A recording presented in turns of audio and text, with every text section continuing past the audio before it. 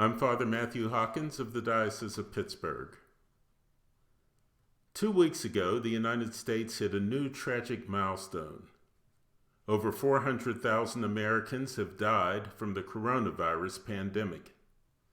Additionally, the World Health Organization reports that wealthy nations have bought up almost all the vaccines, leaving poorer nations without the means to immunize their own people. As an indication of how divided we are as a nation, we have recently witnessed the sobering spectacle of the deployment of 25,000 National Guard troops in Washington so that the presidential inauguration took place under conditions that resembled a war zone. If we see the world through a sacramental lens, then we will begin to see how we journey through life together, and how the divisions in our world and in our society reflect the loss of our sense of common humanity.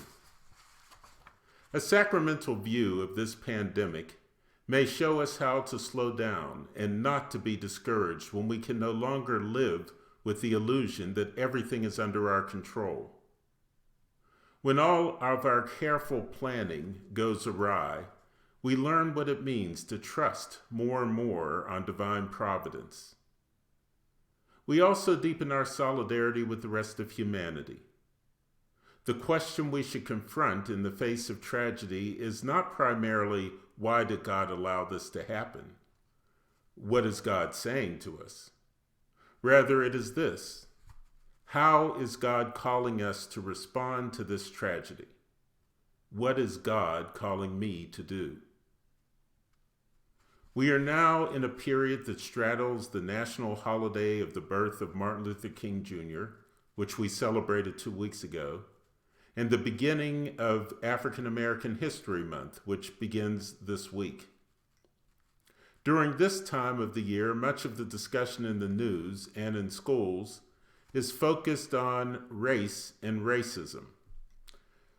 The model for a Christian response to the sin of racism is encoded into the DNA of the Civil Rights Movement, which King led 50 years ago. The Civil Rights Movement was a church-based movement that was centered on prayer. The principle behind that movement was this: do not deny the humanity of those who hate you, and do not allow them to diminish the dignity of the human person in yourself. This principle is still a guide for our divided and restless society.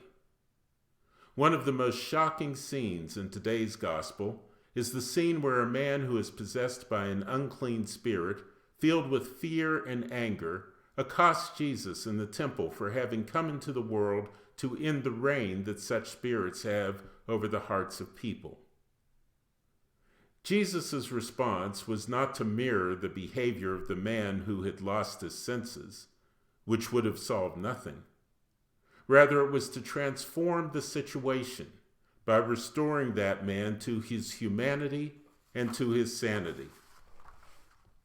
Today, Christians are called and challenged to reject the destructive spiral that is based on fear and anger, and to restore the dignity of the human person in ourselves and in everyone we meet.